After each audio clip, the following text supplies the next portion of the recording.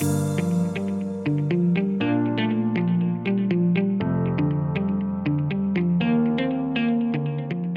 Alldus podcast is brought to you by Alldus International, supplying your expert AI and digital transformation staffing needs across the US and Europe.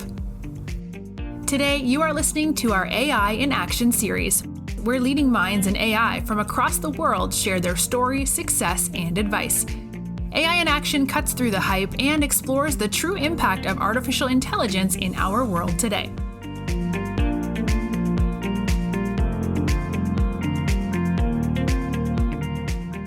You're listening to AI in Action. I'm your host, JP Valentine. Our guest today is Gary Velasquez. Gary is the CEO at Cogitativo. Gary, welcome to the show. Thank you for having me. Yeah, it's our pleasure. Gary, let's start with yourself, please. Could you give us a bit of a background of your journey in technology, from where you got started, some of the roles you've held along the way, and take us up to today? So I've been in healthcare and healthcare technology and quant space for 43 years. And I've had the pleasure of being on three legs of the stool, call it 3.5-leg stool of healthcare. I had the pleasure of being the chief operating officer of HealthNet, a publicly traded health plan. I also ran some hospitals and clinics, Thomas Davis Medical Center, the largest medical center there in Arizona.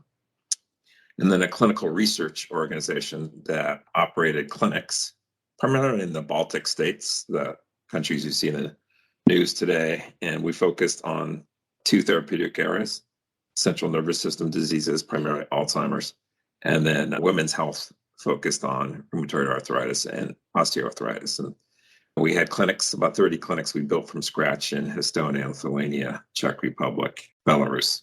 So about 43 years doing that. Started this company at the young age of 55, about 7 years ago. Thank you for that.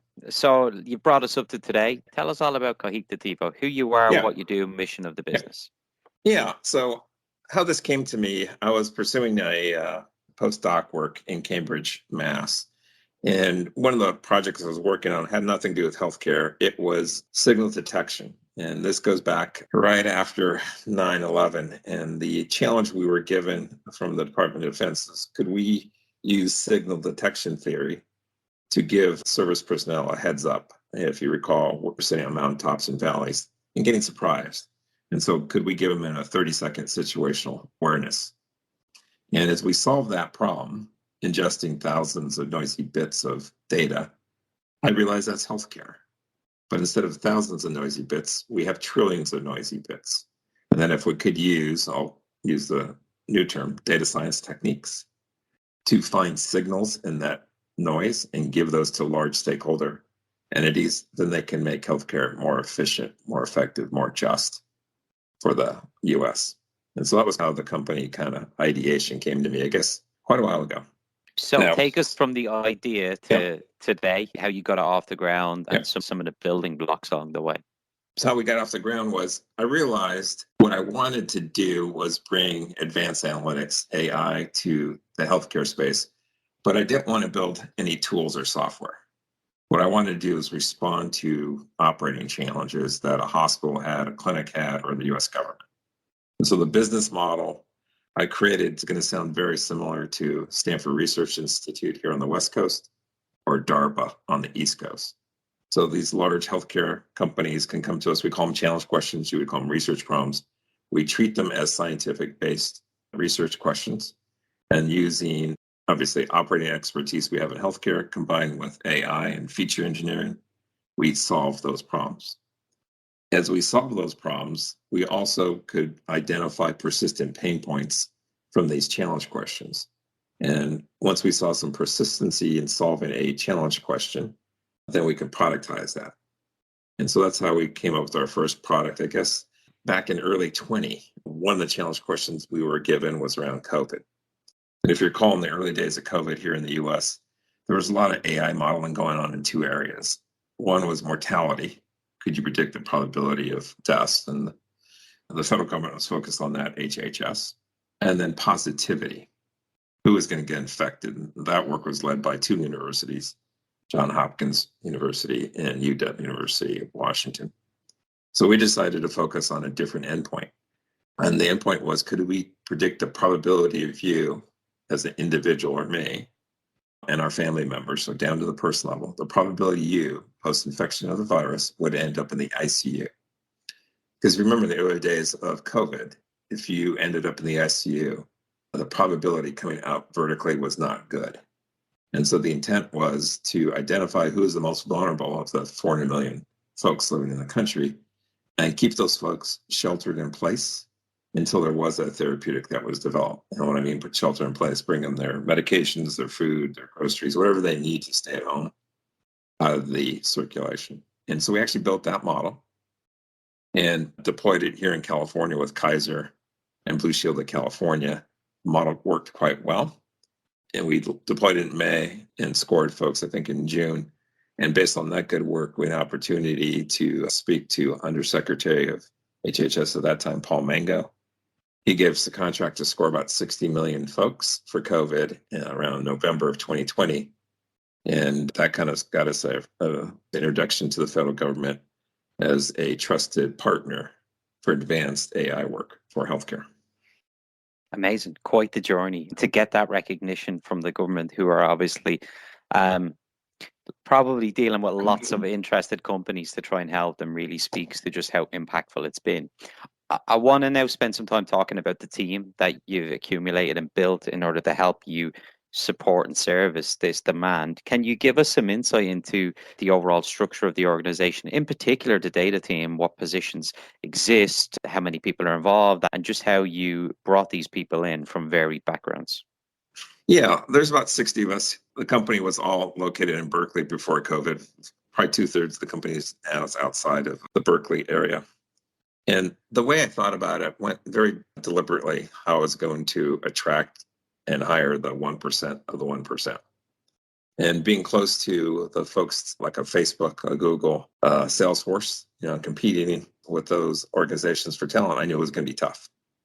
And so what I decided to lead with is not economics, but with a mission or a purpose. And the purpose had to be very personal and very impactful. So you had to had a drive that you wanted to make a contribution back to the community. Clearly, you had to be a very high performing quant. We only hired the 1% of the 1%. But the real secret for us was having the quants around the country join us that really wanted to make an impact on health. And I don't mean population health, individual person, patient health. So the things we think about every day is not research for research sake, but how can I make an impact on the health of you and your family? And I've been fortunate to recruit and retain a caliber of data scientists and data engineers that have all signed up to that mission. You are listening to the Alldus podcast. When you're looking to scale your team, or if you are interested in showcasing your company in a future episode, reach out today. Or if you're in the market for a new role, visit our website to view open positions, www.alldus.com. So on the topic of the mission, you've taken us up to today. When you look at the future roadmap, particularly the next 18 months to 2 years, what are you and the team going to be working on? What are some of the milestones that you're trying to accomplish? And what are you excited about for the future of what you guys can do? Yeah, I think there's a couple things. As I think about healthcare and I think about AI, there's a lot of noise in healthcare, meaning a lot of promises, expectations that have been set that haven't been met. So we want to make sure everything we do as a company, there's an action associated with it. And the action is not a year out. The action is tomorrow. So that's one. But I would say the broader aspect is we have lots of data that we really could help bring to bear on improving health at an individual level. And this is not unique to the US. And so whether it's genetic data, gut biome data, toxic exposure data, behavior data, things like that. Where do you live? Are you exposed to good water quality, air quality? What your current conditions, health conditions are? All these are features for you that are attributes of your health. So it's not just what's showing up in your medical claims, or it's not just what's showing up in your pharmacy record. It's not just what's showing up in your medical chart. As you know, there's so many features that impact your health even you woke up today. And so to the extent we can feature engineer those in a protective, private way and deploy them that are relevant to you as an individual. I think that's the future of healthcare.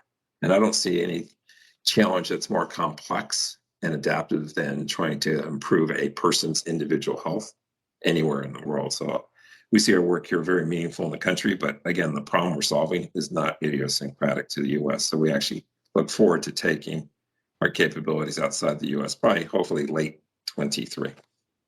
So Gary, final question from me then. You've obviously built something incredibly interesting here, and in a short space of time that developed a real proof of concept that has huge demand.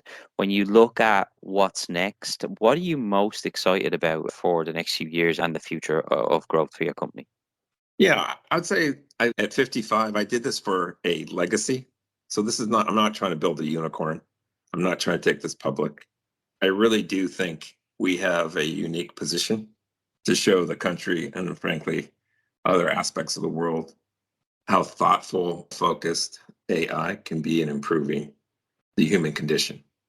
And so to me, being thoughtful about where we apply AI, thoughtful about the applications, how it's going to be used, is really the opportunity in front of us. I would say the governor for our growth, to full transparency, is finding enough of the 1% of the 1%.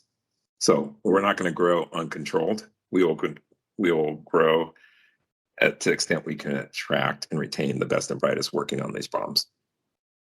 Gary, thank you so much for coming on today and talking to us. It was great to learn about the origin story of Cogitativo, the work that you're doing, the recognition you've already got, and your focus on mission and bringing in top talent. It's great to see, and we're very much excited to see what you guys can accomplish in the months and years to come. We'll be watching with great interest, and yeah, we look forward to having you back on the show in a few years' time. So thanks very much for today. Thank you very much.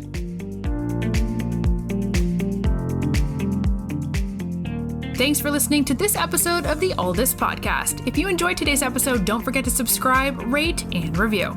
We are available on Apple Podcasts, Spotify, and any Android podcast of choice. You can also head over to our website, www.alldus.com, to listen to more podcasts, view our open roles, and stay up to date with industry news. Thanks for listening, and stay tuned for more great episodes coming very soon.